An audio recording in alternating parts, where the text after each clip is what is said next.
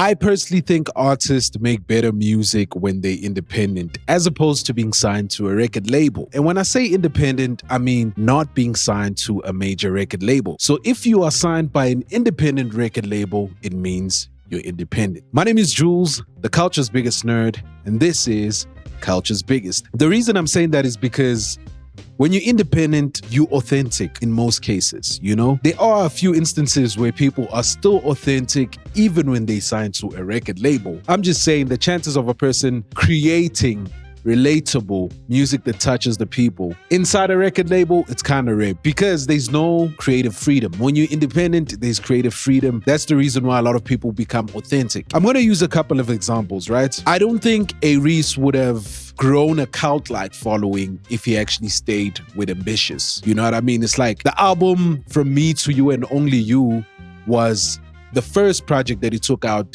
from independence. You can see the artistic direction is totally different from the Paradise. Paradise is a great album. I mean, curated by a label, you know, from the visuals to the features, you know. Obviously, labels, you need a radio song, you need all of that, this and that and the third, right? But From Me to You and Only You is such a great body of work within the hip-hop community. From that day going forward, Reese was controlling his creative identity and his creative expression. Another example I'm gonna use is Elaine. Elaine was independent when she dropped Elements. It was a success in the R&B scene and the music scene in South Africa. That project is the reason she got signed to an internationally acclaimed record label. But as soon as she got signed to that, her style changed, her look changed. You know, literally everything about her changed. She wasn't as authentic. She wasn't the person that people fell in love with initially. She was starting to make amapiano music, which is like, damn, so early. But I mean, like,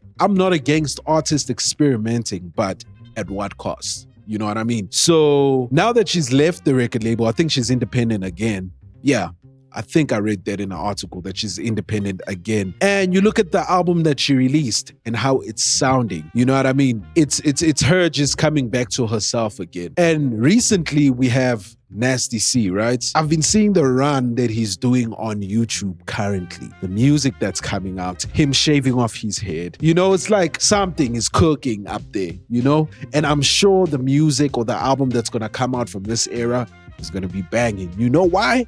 For the first time in a while, there's nobody telling him when to release music, how to release music, how to look, how to control your image. So yeah, man, that is my take, man. You know, that is my take. Just let me know what you guys think. Do you agree with my take or do you disagree? And if you disagree, let me know why.